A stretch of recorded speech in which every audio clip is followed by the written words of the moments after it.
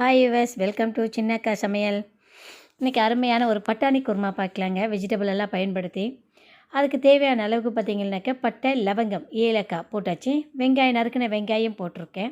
இப்போ இதுக்கு நம்ம பயன்படுத்தக்கூடிய வெஜிடபிள்ஸ் எல்லாம் நான் ஏற்கனவே நறுக்கி கட் பண்ணி எடுத்து வச்சுட்டுருக்கேன். அது பார்த்திங்கனாக்கா காலிஃப்ளவர், கேரட்டு, பீன்ஸு, நூக்கல், உருளைக்கிழங்கு மீதி எல்லாம் கட் பண்ணி தனியாக எடுத்து வச்சுருக்கேன். இப்போ பட்டை, லவங்கம், வெங்காயம் போட்டு நல்லா வணங்கினதுக்கப்புறமா தக்காளி, கருவேப்பிலை இது எல்லாம் போட்டு நல்லா வணக்குவோம். தக்காளியோட பச்சை வாசம் போகிற வரைக்கும் நல்லா வணக்கிடலாம். வணக்கிட்டு அது பாருங்கள், இந்த வெஜிடபிள் குருமா பார்த்திங்கனாக்கா காலையில் செய்யும்போது கொஞ்சம் வேலைப்பாடுகள் அதிகமாக இருக்கிற மாதிரி ஒரு ஃபீல் வரும். அந்த ஃபீல் வராமல் குக்கரில் வச்சு நம்ம ஒரே டைம் மட்டும்தான் அப்படியே தாளித்து விட்டுட்டோம்னாக்கா அருமையான பட்டாணி குருமா வந்து சூப்பராக டேஸ்ட்டு நல்லாயிருக்கும். அதே போல் பார்த்திங்கனாக்கா நம்ம டிஃபனுக்கும் பயன்படுத்திக்கலாம். பிள்ளைங்களுக்கு லஞ்ச் பாக்ஸ் கொடுக்கறதுக்கும் இதை நம்ம பயன்படுத்திக்கலாம். இப்போ நான் அந்த மாதிரி இதுக்காக தான் இந்த மாதிரி செஞ்சுட்டுருக்கேன்.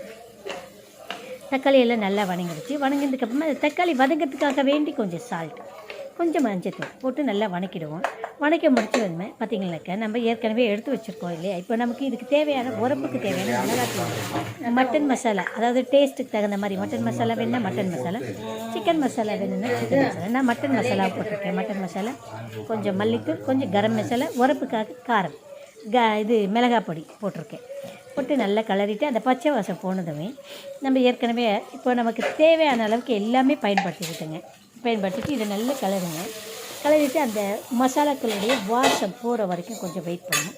அதுக்கப்புறமா நம்ம ஏற்கனவே வந்து இதை உரித்து வச்சுருக்கிற பச்சை பட்டாணியை கொட்டிடுவோம். அடுத்து பார்த்திங்கனாக்கா நறுக்கி வச்சுருக்கிற வெஜிடபிள்ஸ் எல்லாம் அப்படியே எடுத்து வச்சுருக்கோம் இல்லையா. இப்போ அதையும் வந்து இதிலே போட்டு நம்ம நல்லா கிண்டி கலருவோம். பச்சையாக வாங்கின பச்சை பட்டாணியாக இருந்தால் மட்டும்தாங்க நமக்கு ஒரு விசில்லையே நமக்கு கரெக்டாக பாயில் ஆகிடும். பட்டாணின்னு வாங்கி அதை நைட்டில் ஊற வச்சு நம்ம செய்யும்போது பார்த்திங்கனாக்கா ஒரே ஒரு பாயிலில் வந்து நமக்கு ஒரு விசிலில் வந்து நமக்கு வேகாது.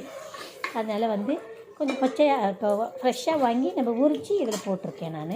நீங்களும் அதே மாதிரி செய்யுங்க. பாருங்கள், உரித்த பச்சை பட்டாணி போட்டாச்சு. இப்போ நறுக்கி வச்சுருக்கிற வெஜிடபிள்ஸ் போட்டிருக்கேன். எல்லா வெஜிடபிள்ஸும் போட்டு அப்படியே கிளறிட்டு ஒரு விசில் வந்தால் போதுமானதுங்க. ஏன்னா எல்லா காய்களுமே பார்த்திங்கனாக்கா மெலிசாவும் சாஃப்டான காய் தான் நம்ம போட்டிருக்கோம். ஸோ அதனால் ஒரே ஒரு விசில் வந்தாக்கா போதுமானது.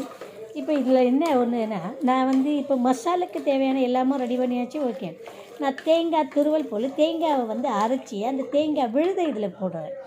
தேங்காய் பார்த்திங்கனாக்கா ரொம்ப மெலிசாக, அதாவது இலவம் பதம்னு சொல்லுவோம் இல்லையா, அந்த இலவம் பதமாக இருக்கிற தேங்காய் எடுத்து இதில் ஊற்றப்படும். இப்போ பாருங்கள், தேவையான அளவுக்கு, அதாவது டிஷ்ஷுக்கு தேவையான அளவுக்கு தண்ணி ஊற்றியாச்சு. நல்லா கொஞ்சம் நேரம் கொதிக்க விட்டு காய்களில் வந்து அந்த மசாலா ஏறுற மாதிரி போடும். இப்போது அரைச்சி வச்சுருக்கிற தேங்காய் இந்த விழுதை அப்படியே ஊற்றிட்டு மறுபடியும் ஒரு முறை நம்ம கிண்டி கலரி பார்த்துட்டு டேஸ்ட்டு பார்த்துட்டு நமக்கு தேவையான அளவுக்கு கரெக்டாக இருக்குது அப்படின்னும்போது பார்த்திங்கனாக்கா மூடி போட்டு லாக் பண்ணிட்டு நமக்கு ஒரு விசில் வந்தாக்கா போதுமானதுங்க. நான் அதை பாருங்கள், டேஸ்ட்டு பார்த்துட்டு சூப்பரான நமக்கு போதும் அப்படின்ற மாதிரி ஒரு டேஸ்ட் கிடச்சிரும். அது கிடைக்கிற பட்சத்தில் குக்கர் மூடி போட்டு ஒரு விசில். இந்த கொத்தமல்லி போடல, புதினா கொத்தமல்லி வந்து இறக்குனதுக்கு அப்புறமா போட்டுக்கலாம்.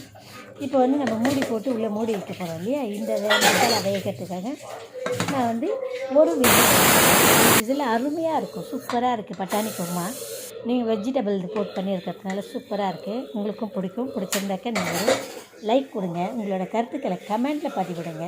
சப்ஸ்கிரைப் பண்ணவங்க ஷேர் பண்ணுங்கள். சப்ஸ்கிரைப் பண்ணாதவங்க சப்ஸ்கிரைப் பண்ணுங்கள். மறக்காமல் பக்கத்தில் இருக்கிற பெல் பட்டனை அழுத்த மறந்துடாதீங்க.